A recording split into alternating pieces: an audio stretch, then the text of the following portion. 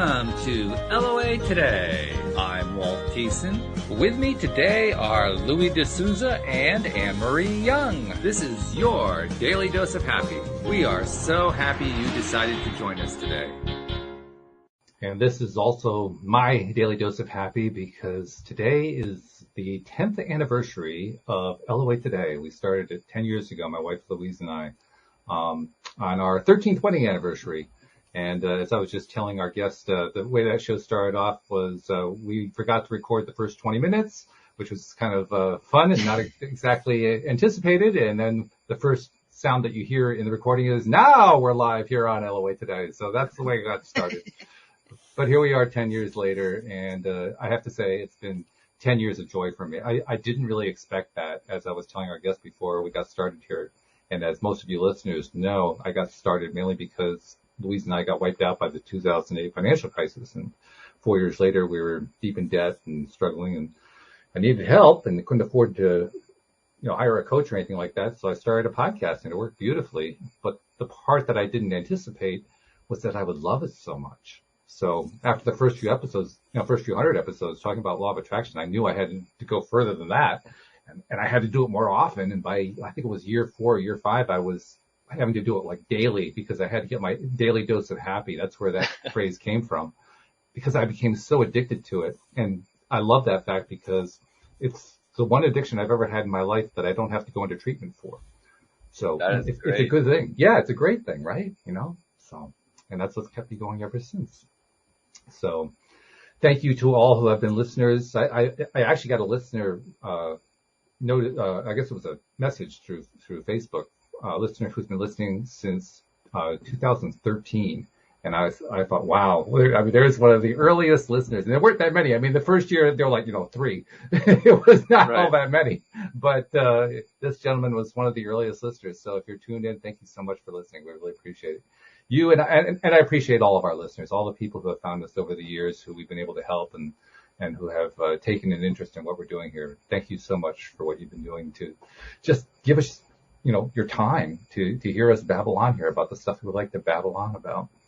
And we're going to do some more babbling today, especially with our guest today. Our guest is Ivan Zhang, and Ivan has a kind of a different background from the typical guest profile, if you will, that we typically have here on the show, because he worked for a major investment company managing their portfolio, which was like, whoa, okay. And it's an unusual kind of company because it doesn't have any customers.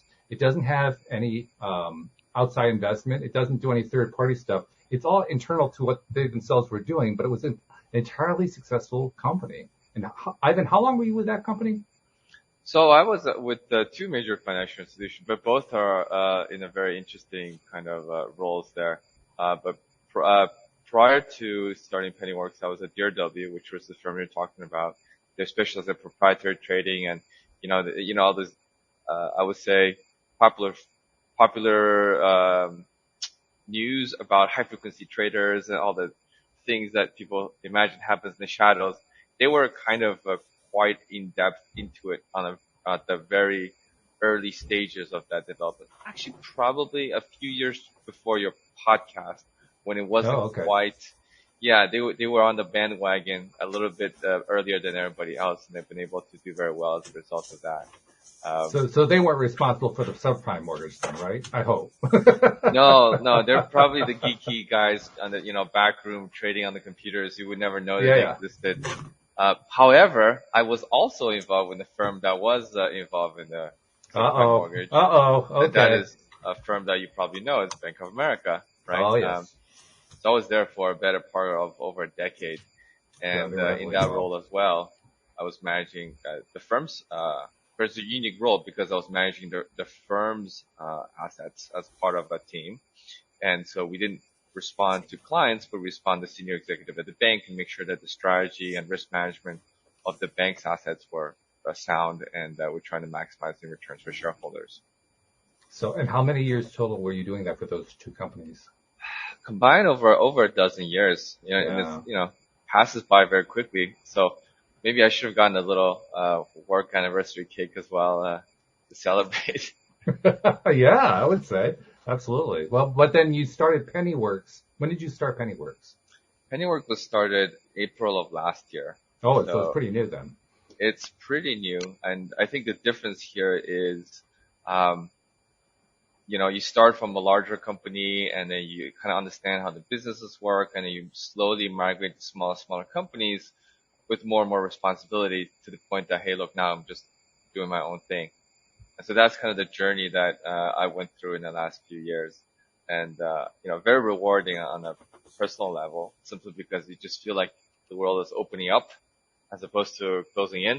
A Hmm. lot of people feel like, as they do better in the careers, they end up more specialized, right? And, maybe for better or for worse, either you box yourself in or society box you in because you're the expert in so and so or whatever subject, right?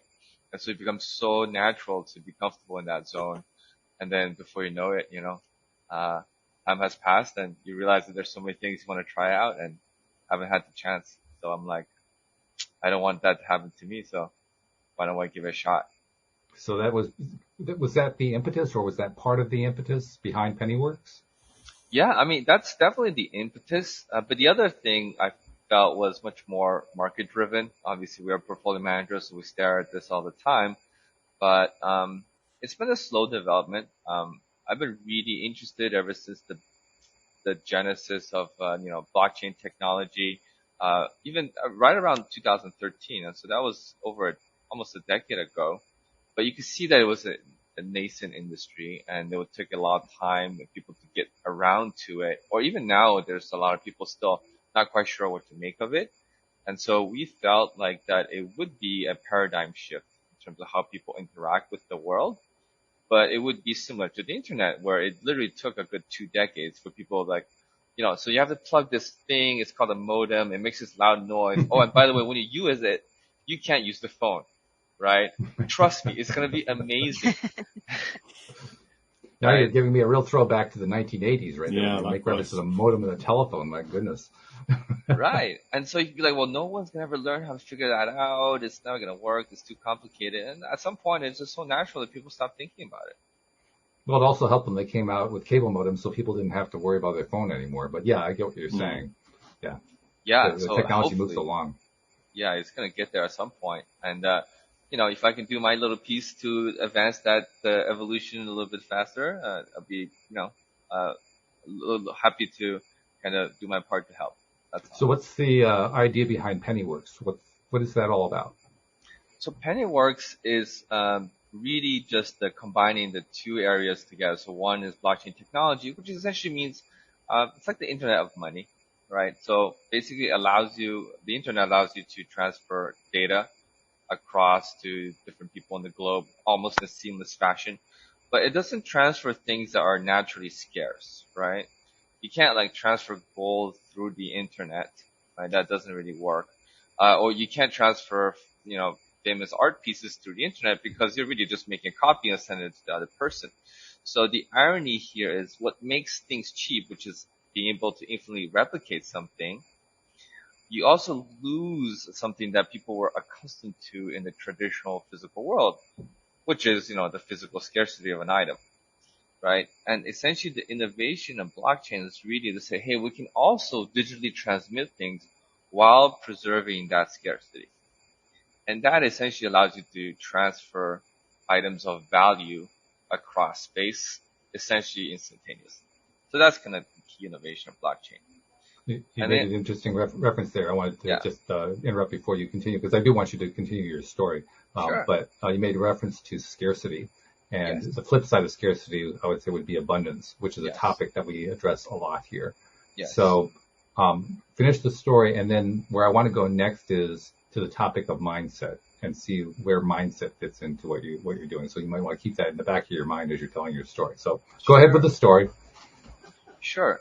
And so this is kind of a construct that is important because once you have this digital scarcity, so to speak, it really confers kind of rights to kind of digital representation of assets that would otherwise be in the physical world.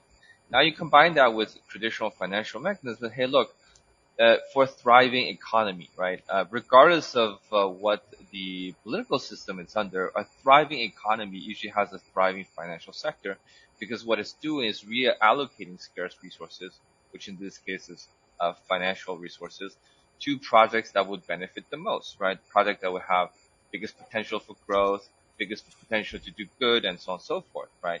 And so the marriage of being able to transmit value across the internet and being able to overlay on top of it traditional financial mechanisms essentially created the product that we have today. We're not, I would say, the innovators in terms of, we invented the product, but what we're trying to say is we're trying to broaden the reach so that different people can benefit from it. And so the product is pretty straightforward. It essentially is a savings account alternative, and it gives you 4 to 6% yield on it. That's about it. It's a very boring product, but if you think about the plumbing, so to speak, of modern finance, is this fixed income product is essentially what most of these things are built on top of, right? And so what we're trying to say is inflation is at 8% now. Here's something that will have a meaningful impact to offset inflation. And it also relates to the abundance of things. And sometimes abundance does weird things to the economy because the abundance of money, the overabundance of money is actually the thing that's creating some of the challenges that we're having today. And so we're just trying to do a little part to allow people to offset some of the impacts of inflation and improve their financial lives. This is one of the reasons I mentioned the whole concept of abundance versus scarcity, because traditional economics does give a lot of attention to the idea of scarcity, of economic scarcity. When we're talking about things like law of attraction, we flip that on its head and we're talking about abundance. We live in an abundant universe, and it creates an interesting tension. On the one hand, you've got anybody who's focusing on the economic side. On the other hand, you got anybody who's focusing on the LOA side. It's like, okay, what do we do about this tension going on here? So that's the playground I want to play in today. So let me start off by asking you a very basic question that I like to ask a lot of guests. When you think of mindset, how important do you think mindset is, not only in terms of you starting your own business, but how all this works, how blockchain works, how the Internet of Things works, how all this stuff works? Do you think that mindset plays a small role, a big role, somewhere in between? I would say it's huge. It's fundamentally huge. Because when people think about things, it's really not in a vacuum, right? And I'm not saying nobody's original, but it's very few that you need to create independent thought from scratch on any particular topic. Whatever you've seen before, it must be in the context of somebody has told you, or you've seen it in the news or something. So they've already kind of colored in their perspective of what you should think about certain things. And you don't notice is that because of how frequently this happens, many things that you think are dogma really are just kind of a single interpretation out of a variety of potential interpretations. You just happen to have not met those people yet, right? And so what ends up happening is that a lot of people actually have a closed mindset in terms of being able to accept new things, simply because they cannot envision a world that's different than what that they have already observed. And you know, some of it is justified because they've never observed it, right? So if you've lived in the same spot and you do the same thing, go to the same coffee shop and things like that, you won't have to face some of these challenging kind of new perspectives. And therefore, you don't think that they exist, which is the fallacy that happens, right? Just because you don't observe them doesn't mean that they don't exist. And so when you are presented with these new challenges, it almost is a little bit like an attack on your identity. And if it's an attack on your identity, then you're trying to protect yourself, and so you have to defend against it, which makes it difficult for people to then be open about new things, unless you've already been exposed to it in a positive way. Okay, that's an interesting way of laying out the preamble, so to speak. So let's dive just a little bit deeper. Now, you made a mention earlier, just a few moments ago, actually, about how if there is an abundance of certain things, that an abundance that didn't exist before, that it can create problems, which is not normally the way we humans think about the word abundance. So talk about the problems that you see. Well, inflation is the most obvious example, right? So inflation, what does that mean? That just means that things that you used to buy just cost more, right? But they don't cost more in the absolute sense, because what does it mean when something's $5? It doesn't really mean anything. It just means that, like, well, if you buy this for $5, something else is $10, so you can buy two of the thing that's $5 versus the one of the $10. So when things are going up in that way, and everything is going up, it just means that there's actually excess supply of money in the system, right? And so, like, if you just print more money, then if you have twice as much money overnight, all of a sudden things just cost more, twice as much. Have you gotten more stuff, right? It's an illusion of abundance, right? You feel richer because you have twice as much money in your wallet, but you're not buying twice as many things. And so that's kind of the issue with inflation here, is that the overabundance of money is creating problems because it's showing you that intrinsically there are things that are scarce. Food is scarce, shelter is scarce, some of those things are scarce. So if you have too much money, then you essentially have to chase for those goods to get the required amount that you need. And that makes things scarce, right? But on the other side too, there's also, it's really not like, at least in my opinion, there's no conflict between abundance and scarcity. It's really more about directing the energy towards things that you want to work on, right? For example, education is scarce because it takes a lot of work, right? You have to spend a lot of time studying. You have to learn from people. And so fundamentally, you want to be saying, hey, look, the more education you have, the more we're able to do things in the economy, right? But people can't magically just be educated overnight, right? However, because it is difficult to get, this is what you say, oh, well, if I get it and it is a scarce resource, then I can leverage that to do more things. And that's how you can create more value and abundance for others, right?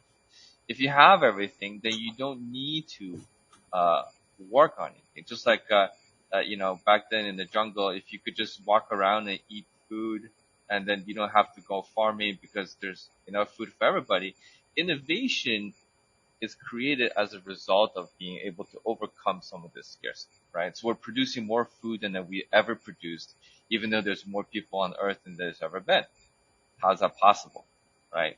And largely it's not from the fact that we don't recognize that there's scarcity. It's that we want to work through the scarcity, and create that abundance so that we can grow civilization, so to speak. All right. So here we've laid out a conversational paradigm here that doesn't totally fit our normal paradigm, but it has some overlaps. So I think that kind of makes it interesting. So I'm going to see if I can bring Louis and Anne-Marie in to participate here. And you guys have been listening here. I don't know what's going on in your minds right now. So I'm not even sure what question to ask. Louis, whenever I see Louis looking off to the side, I know there's something going on there. So I'm going to go to you, Louis, first. Do you have any thoughts going on right now that you want to share? Not really. I can see Ivan's point of view from where he's coming from. Yeah, I mean, there's so many different directions I could take it, but I'm just impressed that he's broken off by himself and started his own business, because I've done that as well. And it's a challenging thing for anybody to do. Mm-hmm. And kudos to him, to Ivan, for doing that. And it's a journey, and he did paint it out to be a journey, and it is. I don't really have too much about the philosophical side that I feel is overly important to bring in at the moment. That's fine. Hey, Anne-Marie, what's going through your mind as you're listening to all of this? I really like listening to the bit about scarcity, and actually just seeing it as not as a negative, just seeing it as an opportunity. So from this scarcity becomes an opportunity to build. And I just, that just stuck with me, because obviously it's all about perception. So you can focus on the scarcity, or you can focus on the opportunity around the scarcity, or what can we build to achieve what we want to achieve. So I loved that. All right. So thank you so much, Anne-Marie. See, we got a little gray cell activity going on here. This is a good thing. So let's see if we can take it a step further, Ivan. So we've laid out a bit of sort of an area to work in here.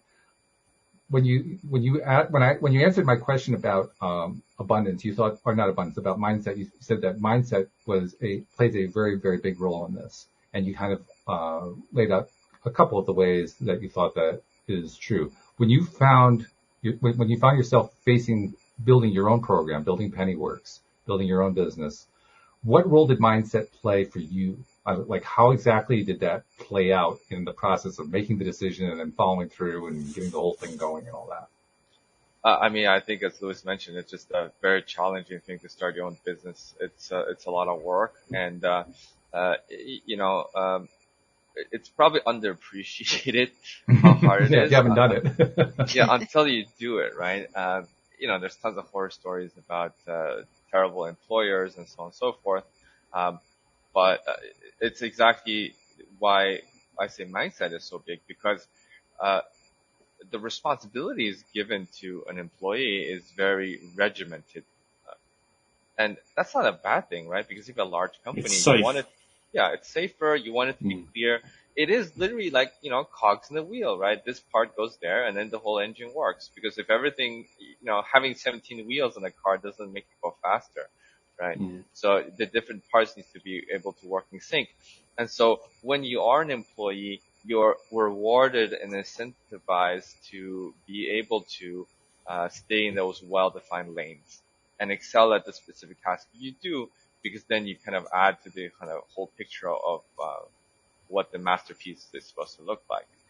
But the same thing that makes you good at that, right, the very specialized, fine-tuned thinking, also makes it difficult for you to embrace the much more fluid kind of open-endedness of how do I create that entire engine? How do I draw that entire masterpiece, right? How do all of these pieces fit in together? Because that's not what you've been trained to do. And so to go there from that original employee mindset to kind of building your own business, you need to open up, right? You have to say, you know what, I don't know, but I can learn, right? And I might not be good at it at the beginning, but I will get better. And that requires a leap of faith, because clearly you've never done it. There's no evidence whatsoever that you're qualified to do any of those 35 other things that you need to do. Right? It's true. So how would you do that if you started out with a negative mindset? I don't think that's possible. So it's almost like a prerequisite. Either you are foolish enough to not be aware of what it takes to do it, or you have to just steel yourself in such a way to say, hey, look, I will embrace whatever uncertainty that comes my way. Now, when you were at DRW, and I can't remember what the other name of the other company was. This is a small company, never heard of Bank of America. Oh, Bank of America, that's right. Yeah, silly me. But when you were at those two companies, you were managing very, very large portfolios. We're talking, yes, huge amounts of dollars. When you went off to create Pennyworks, obviously you were going to be starting with a much smaller scale than that. But I'm wondering, what are the parallels between the two? I mean, what are the similarities between managing that kind of a major thing and then going off and trying to start your own? Well, I think that's exactly on that spectrum, right? You were saying, as you become more specialized, you become very good at a specific thing. And so if you do that thing, but like a lot more of it, you're equally skilled. And especially in finance, there's a concept which, it's called scalability, right? And that applies not specifically in finance, but also just about any task. The people that tend to do very well in the modern economy, they simply have a skill that happens to be very scalable. So an example of a scalable enterprise would be like a podcast, because it's the same amount of work that you do, but you can have one person watching, 10 people watching, 10 million people watching, right? Equal amount of work, but it's infinitely scalable. So if you do it well, the rewards are humongous, right? The same thing with portfolio management. If you're good at managing portfolio with $1 million, it's pretty much the same at 10 and $100 million, $1 billion. At $10 billion, there's a little bit more difficulty. There's other things you have to do to manage, but there's the same idea here. So some people do well in the modern economy by chance because their skills just happen to be very scalable. And usually you have a skill that's very scalable because you specialize in things that are distribution mechanisms, right? So, podcast is a distribution mechanism.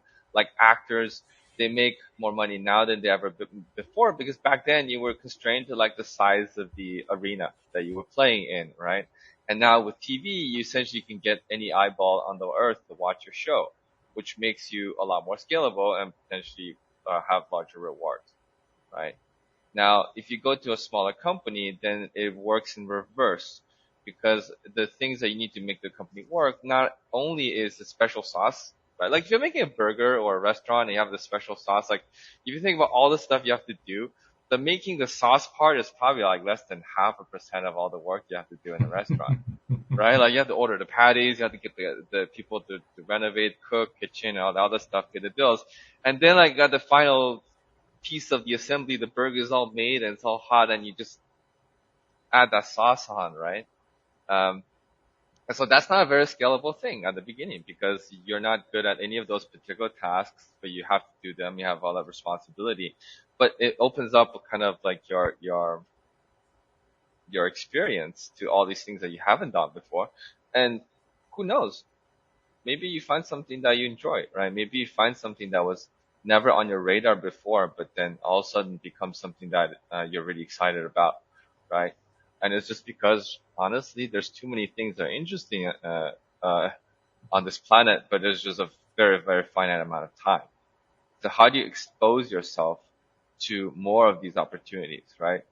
And a lot of people kind of say some people appear to be very lucky and they're always on the right time in the right place, but a lot of that is engineered.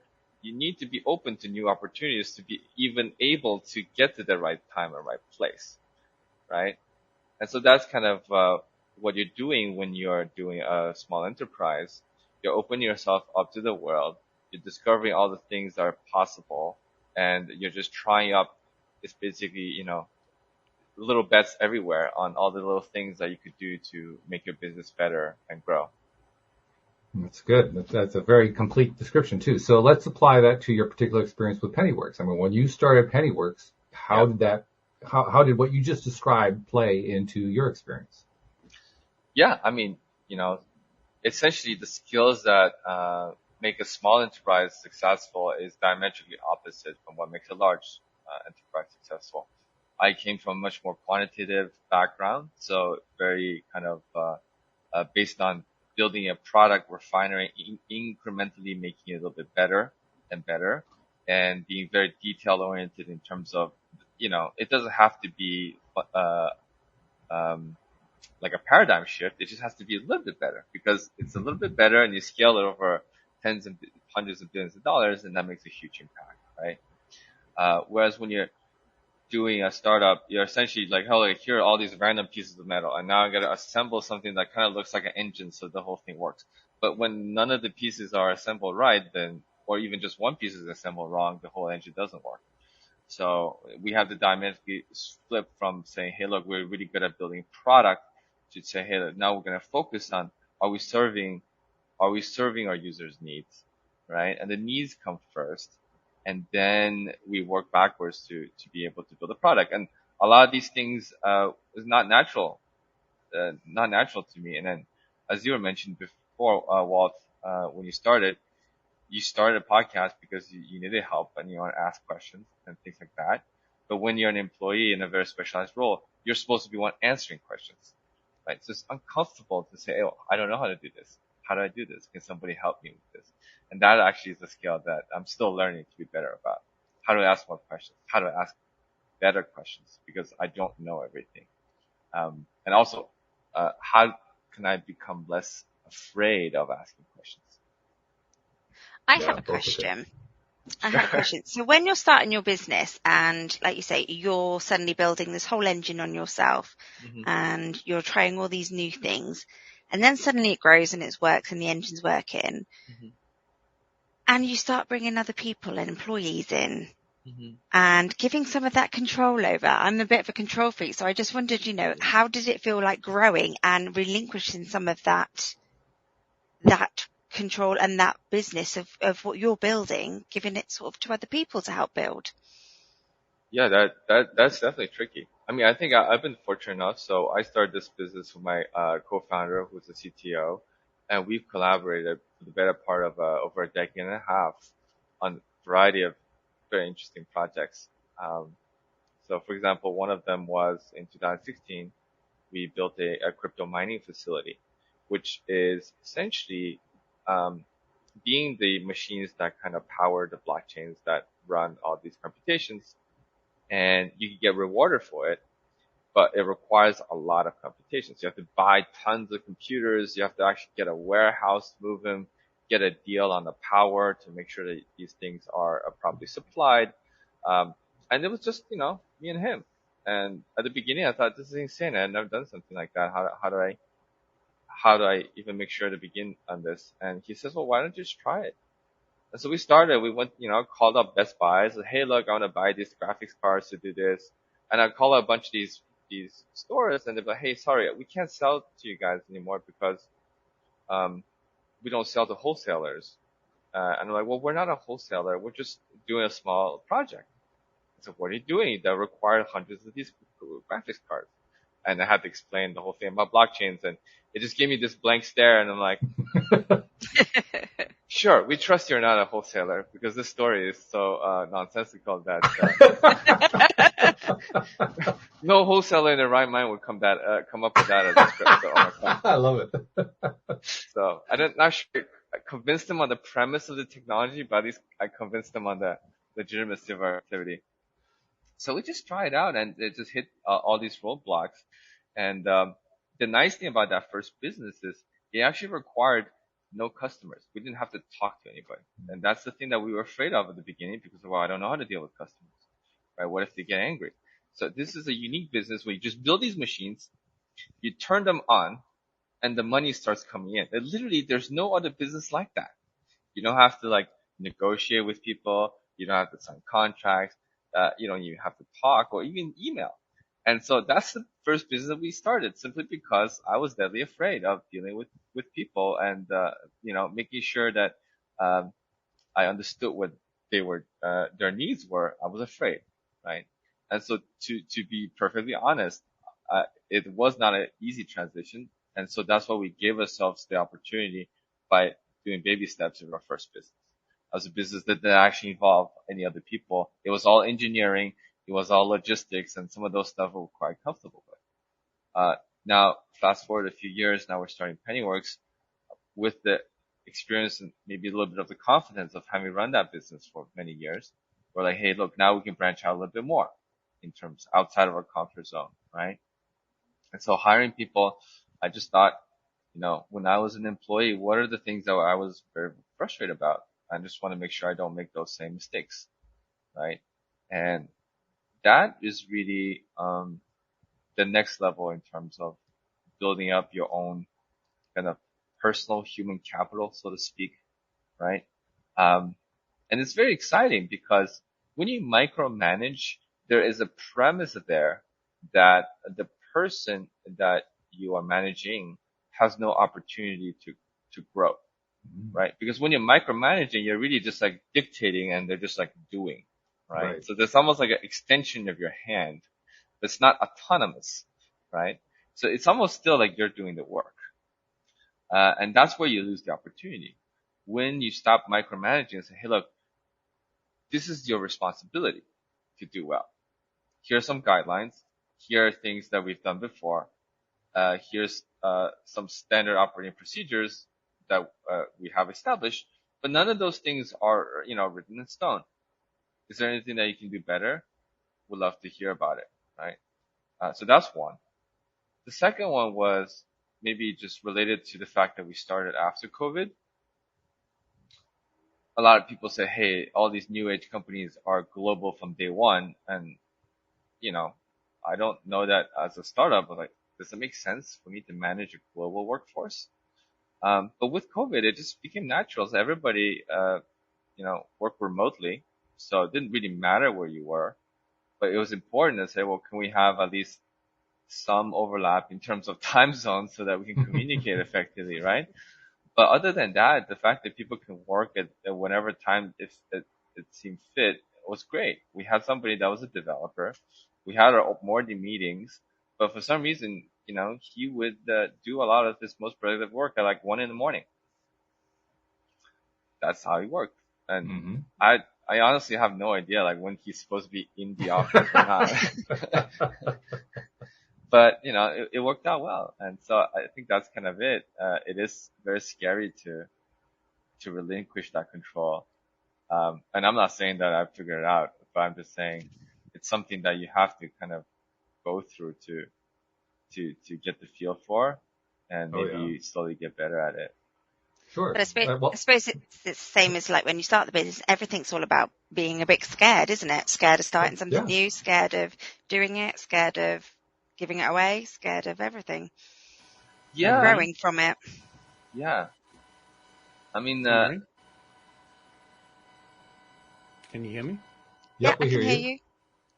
I've got a question for you. You like controlling things, and what was your words that you used? You like being boss. You like having control over things, yeah? Micromanaging was the word he used. Yeah, in your household, do you control everything?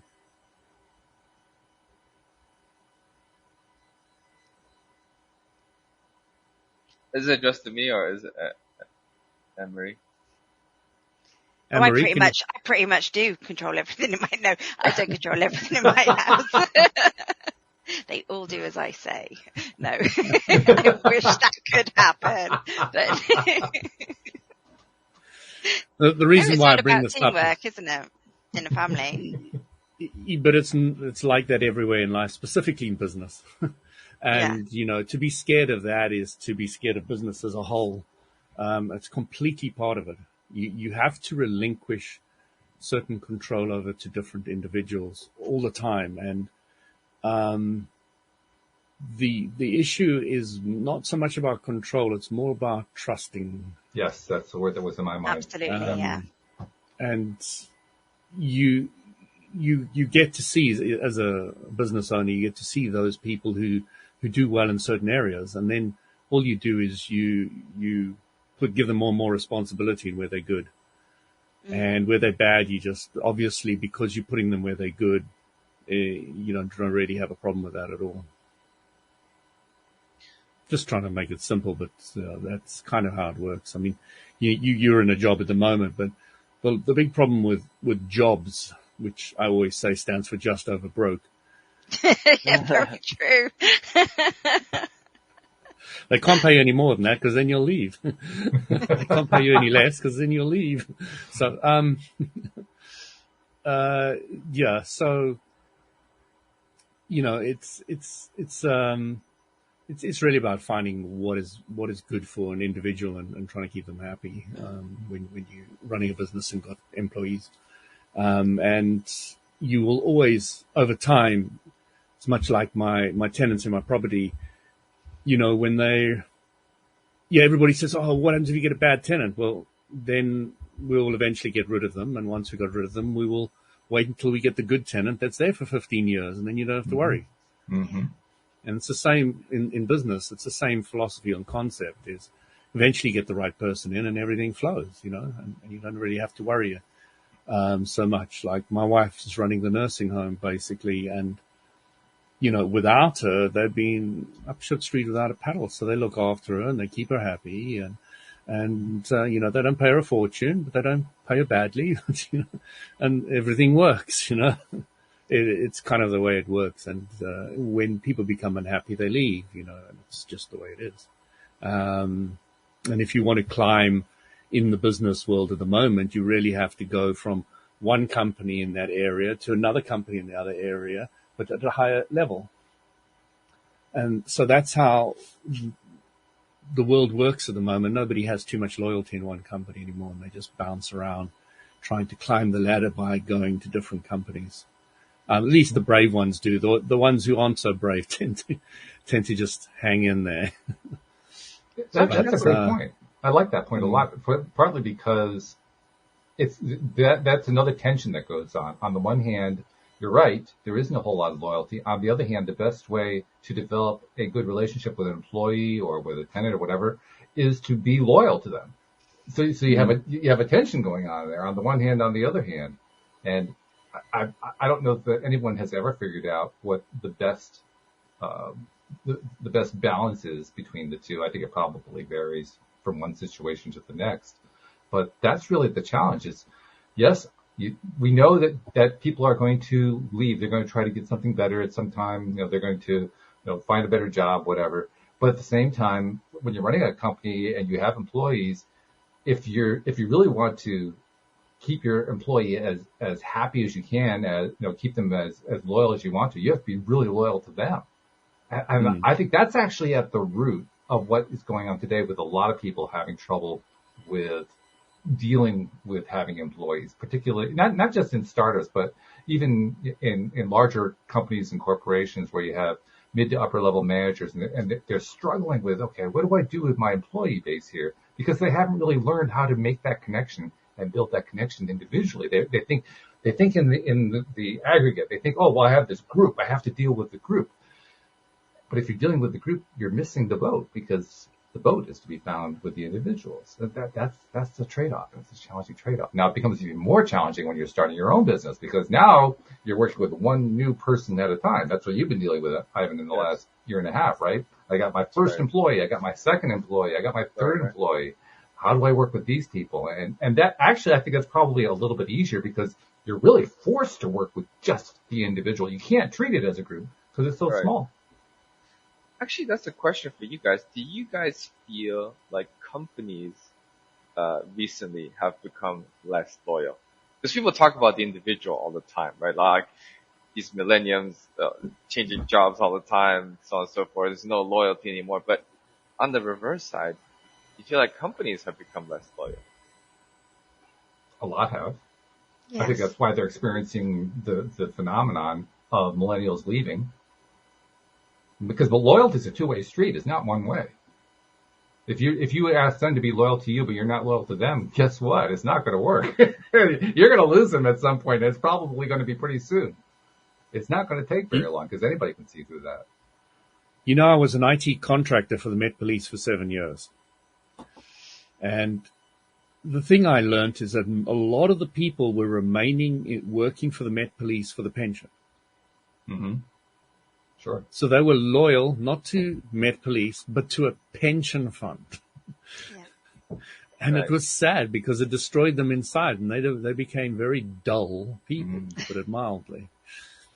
And, it was really sad to see that level of soul destruction. Even there was a new head hunter brought in eventually. And because I'd been there so long and I was a contractor, so I wasn't a permanent staff member. And I tore a muscle in my leg and I was on crutches and the main boss, the new main boss, the head, the guy who's there just to cut all the dead wood out of the tree. His secretary said to me, "Hey, Louis, what happened to your leg?" So the main guy, the headhunter, and the wood chopper guy said, "Oh, he tripped over his wallet because I was making more money than he was."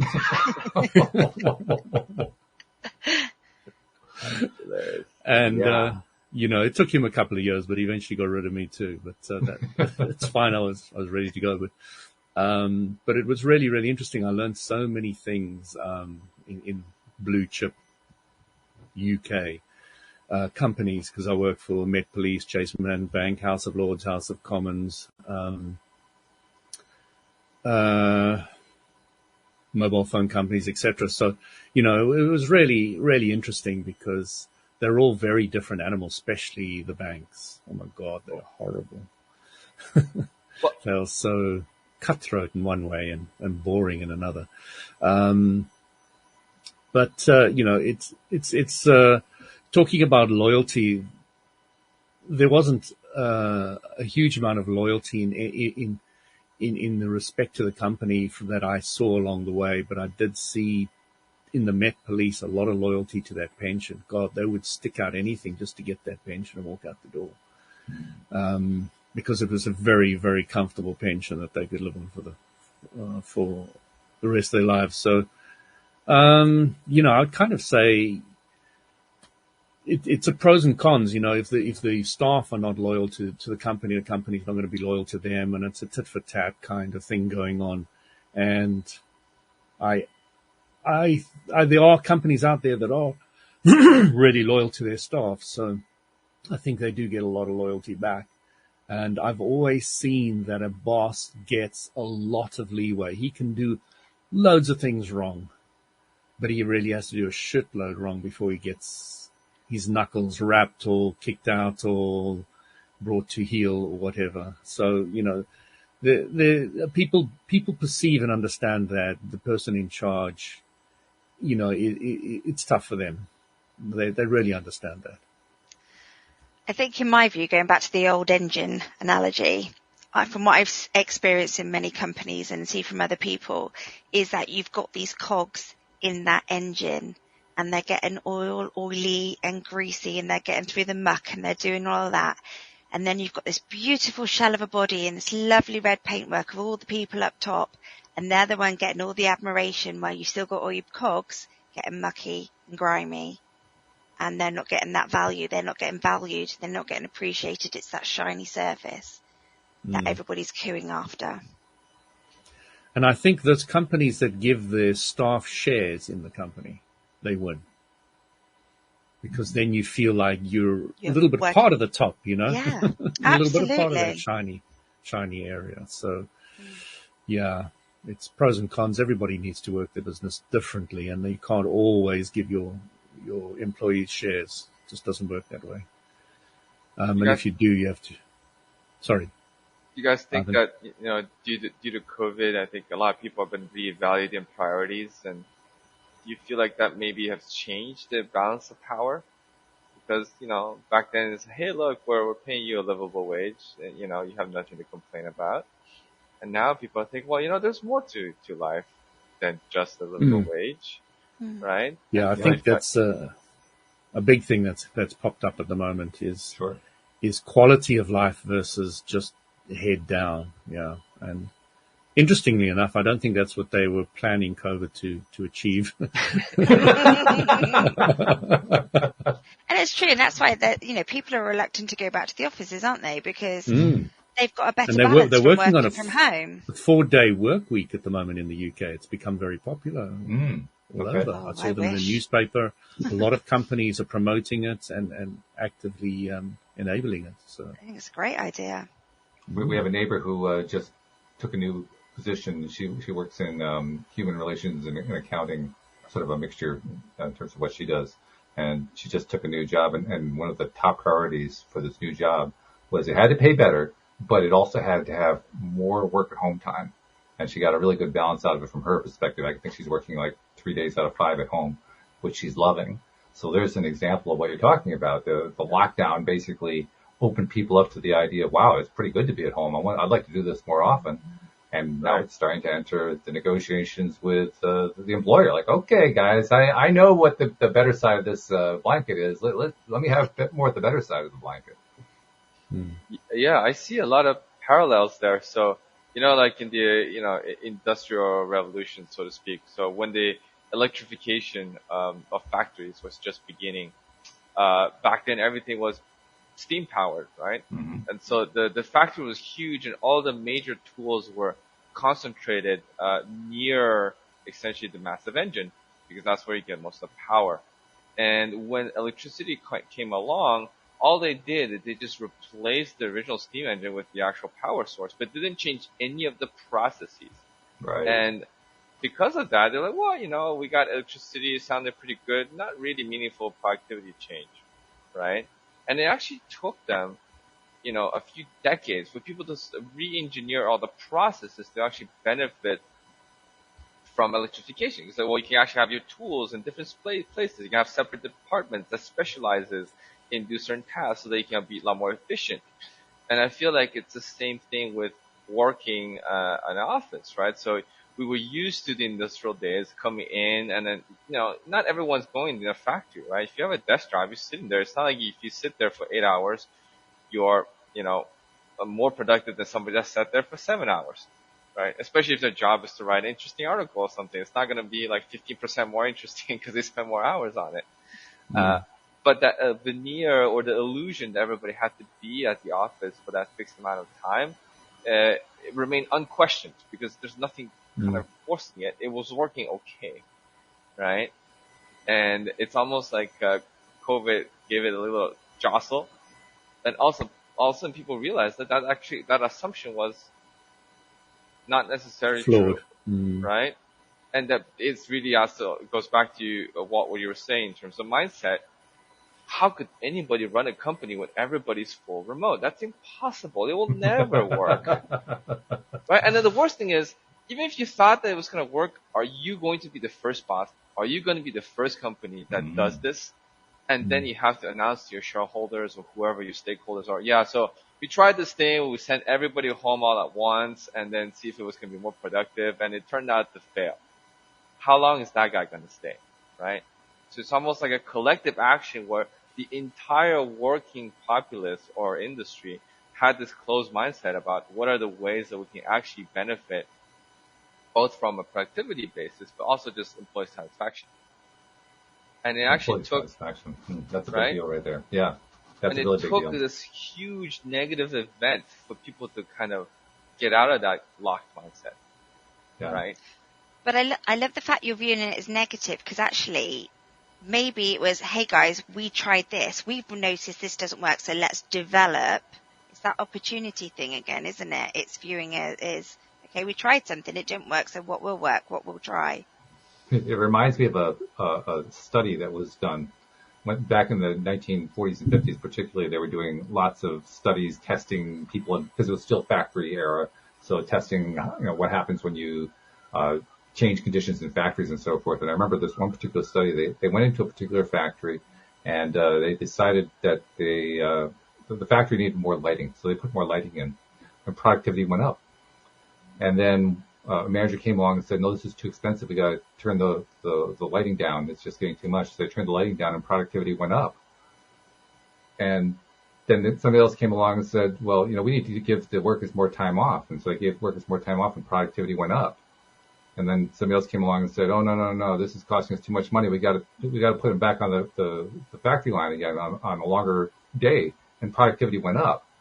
And they said, why does productivity keep going up? And what they finally figured out was the employees felt like management was taking an interest in them each time. So they were going to work harder just because management was taking an interest. It had nothing to do with the lighting, had nothing to do with the hours, it had to do with, is management taking an interest in us? Which was one of the most fascinating studies that came out of that era. Well, we've kind of evolved over time now. So now here in the 21st century, that's becoming a really, really big deal. How much interest is the company taking in the people working for the company? The ones that are recognizing that that's where the big deal is, they're the ones who are actually getting ahead. The ones who are fighting it, the ones who are, pre-COVID, to use your example, Ivan, they were basically saying, oh, no, you can't have people working from home. Your productivity will go down. They're the ones who haven't grasped. You really have to be working with the idea that your staff are your most valuable asset. And they're the ones who are struggling as a result. Walt, in network marketing, one of the big things that they've definitely got right is they understand very, very clearly that people will do more for recognition than they will do for the money. Yes, absolutely. That's been known for a while, but I'm glad to hear that network marketing figured that one out, because that's a big deal. Yeah, that's a big one with them. They spend huge amounts of money and time and effort on recognition. Huge. Mm-hmm. Yeah, the latest variation of it, I don't know what they're calling it now. I know about 10 to 15 years ago, it was called gamification. What can you do to do the same kinds of things that you would do in a game to reward people for X, Y, and Z? And it has become its own field, actually. There's a whole field about gamification. But it's fascinating, all the different ways that gamification has entered not just our economy, but our mindset. I mean, it shows up in so many different areas, so many different fields. I don't think even most people realize how much of a role it plays in our society right now, but it's gigantic, and it's all tied back to that same concept: appreciation, recognition. How much attention can you give to the people who are, in Anne-Marie's terms, the cogs with all the grease all over them. I would love to be a kid again in this age, because now I have excuses to play these video games. So say, oh no, I'm actually doing work. It's gamification, right? It's true. A lot of them are making money doing that too.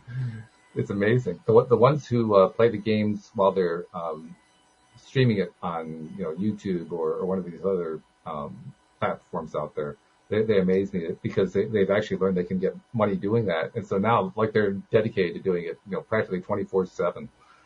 It kind of makes me wonder how many years are they going to do that. Some of them will probably just keep going. I think probably some of them will lose interest after a while, but it's a hard work phenomenon. It's hard work. It's like professional sports. It's very, very intense. Yeah. Right? Yeah. That's true. As I do gaming and I'm on Discord and I watch the Twitch players stream and I'm part of them often, I understand how all that works. And it is fun, the guys who have got real attitude, they win big time. What do you mean by attitude? To be a fairly good player, you need to not just be a good player, boring and German and fixed and this is the way it is. You got to like, hey, you good and that's brilliant. You quack, and you're going on like this. And, the guys that have got real attitude, and the guys, there are some that try to lead with a stick and some that lead with a carrot, and the guys who lead with a carrot win every time. But it does take a little more effort generally but once they get good at it, and there's not that many that lead with a carrot, by the way. Most of them are kind of in between. They lead with a bit of both. It's a journey, because in the beginning they start off one way and then they change and they become better as they go along. So it's interesting to watch. I mean, I'm right in there with them. So to be a part of it, yeah, because that's what you really are. As the old man, the old man playing with the millennials. Well, actually, it's not millennials anymore. The guy asked me the other day, "How old are you?" Because I was saying, "Where do you live?" Because they were British, obviously, because I could hear from the accent. I said, "Where do you live?" "Why are you asking us young boys where we live?" And I was just laughing, and I was saying, what are you worried about? And they use the effing word all the time. I said, do you know any other words, effing no. I said, oh, okay, right, yeah, that's proved the point. You're just sitting there and you're just like, oh my gosh. Then I said, I'm older than your dad. Oh, no, you're not. My dad's 48. I said, well, I'm 55. No, you're not. Nobody believes anything. Doesn't matter what age I tell you, you're not going to believe me. Oh boy, it's so funny. As usual, Ivan, we have gone off a tangent onto another tangent to it. So we're on the tangent of the tangent at this point. I'm not sure what that is mathematically speaking, but whatever it is, we're out there, and that's where we usually are. But I want to thank you for joining us and for sharing your story about the Pennyworks startup and where are you at right now? We didn't really get that far, but where are you at right now? And tell people how do they find out more about what you're doing? Yes, so we launched our product in April. Pennyworks.com. If you're interested in having a savings account alternative that could get you 4 to 6% yield, help you chip away and save a little bit to mitigate the impacts of inflation, come check us out. That's pennyworks.com. All right. And if people were interested in finding out more about you, I mean, are you hidden also like Louis was inferring there, or can you actually be found someplace where people can actually reach out and ask you questions? Yeah, I can be found. I can be found on LinkedIn, on our website, pennyworks.com. I think there's a giant picture of me plastered onto it. So, I am not anonymous in any way. I definitely think that, it's important to know who the people that are, operating the businesses and trying to help you, simply because that's how you build the relationship. And so we're 110% for that as well. All right. Very good. And I also want to recognize Louis and Anne-Marie, because you guys have been with me for a good part of my journey here during the first 10 years as I embark on my next 10 years. But Louis, you mentioned you've been with me for about 5 years, and Anne-Marie, I think it's about a year and a half, something like that. Year and a half, I think, yeah. Yeah. And I want to thank both of you guys for what you've been doing during the time that you've been with me. And I'll be saying that to my other co-hosts this week as well. But you guys really make it fun. And this conversation today was the perfect example of it. It's just, we took something we don't normally talk about and we turned it into something fun. And I think people saw where the connections are to our usual topics. So thank you guys once again. Really appreciate happy anniversary, Walt. Happy anniversary, Walt. Anniversary. Yes.